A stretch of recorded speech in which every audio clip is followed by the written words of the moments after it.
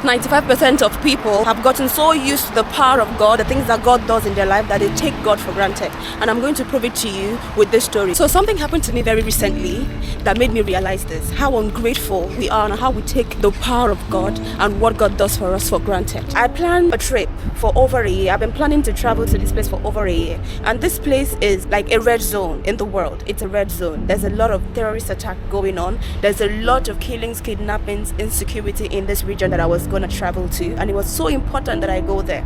I was getting excited. I was getting ready to go there. I had to put some security measures in place and limited my movement just to make sure I go there, come back safely, and had no problem. So what happened? I've been praying about this trip and telling the Lord to help me, to keep me safe, to protect me. And then in less than, I think it was 5 or 4 days before the trip, I had everything ready, bags packed, everything booked, and then the Lord gave me a revelation. I saw a vision, and in this vision, the Lord showed me something that was going to happen. I was kidnapped. Yes, I was kidnapped, and it felt so real that I was glad. I was practically so relieved when I woke up and saw that it was a dream.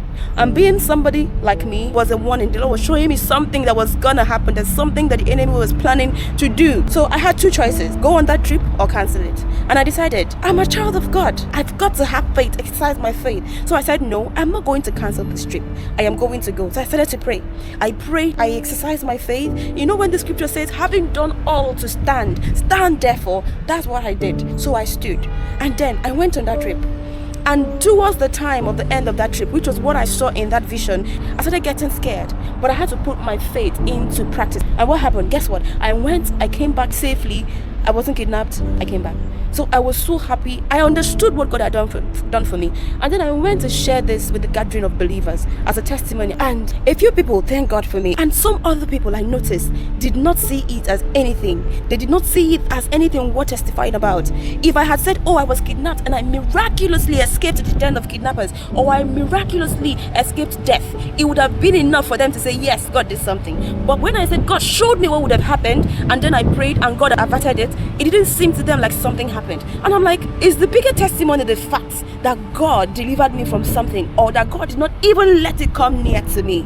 Yes, both are great testimonies. But what do you think? Which one do you think is greater? I am not here to judge or measure God's testimonies. I'm just trying to ask you a question. Are you in the category of people who take things for granted because you did not see a physical big manifestation? So you will not thank God for the opportunities you've had. You will not thank God for life. You will not thank God for how far He's brought you because of the things that you did not see.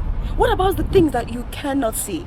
Do not wait until things get out of hand before you realize that God is working. Stay blessed, and God bless you.